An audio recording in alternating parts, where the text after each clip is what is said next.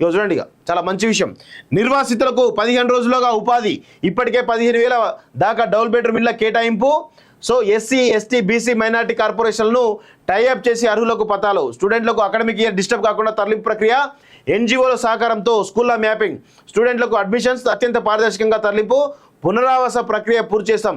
Musi river front development corporation MD Dana Kishore వెల్లడి. Musi river front అభివృద్ధిపై ఎన్జిఓలతో సమావేశం అంటూ ఒకరిని చూస్తా ఉన్నాం. సో చాలా స్పష్టంగా ఎవరైతే దానకిషోర్ ఎవరైతే ఉన్నారో, నేను నిన్న కూడా చెప్పడం జరిగింది, ఏదైతే మూసీ రివర్ డెవలప్మెంట్ ప్రాజెక్టులో భాగంగా ఎవరైతే స్వచ్ఛందంగా ఇల్లు ఇచ్చేసి ఇల్లు కూల్చేసుకొని ఎవరైతే డబుల్ బెడ్రూమ్కి వెళ్తున్నారో వాళ్ళకు ఉపాధి కానీ వాళ్ళ పిల్లలకు చదువుల విషయంలో ఖచ్చితంగా ఈ ప్రభుత్వం చొరవ తీసుకోవాలని చెప్పేసి నిన్న మనం డిమాండ్ చేయడం జరిగింది. సో దానిలో భాగంగానే ఈరోజు వాళ్ళు చాలా స్పష్టంగా ఆ విషయంలో కూడా ఉపాధి కూడా కల్పిస్తామని చెప్పేసి కూడా చాలా స్పష్టంగా చెప్పడం జరిగింది.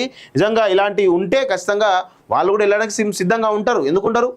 కానీ కొంతమంది బీఆర్ఎస్ పార్టీకి సంబంధించినటువంటి నాయకులు రెచ్చగొట్టడం ద్వారా కొన్ని అక్కడక్కడ అడ్డంకులు జరుగుతూ ఉన్నాయి. అవి కొంత మేర మాత్రం ఉంటుందనే విషయం గుర్తుపెట్టుకోండి.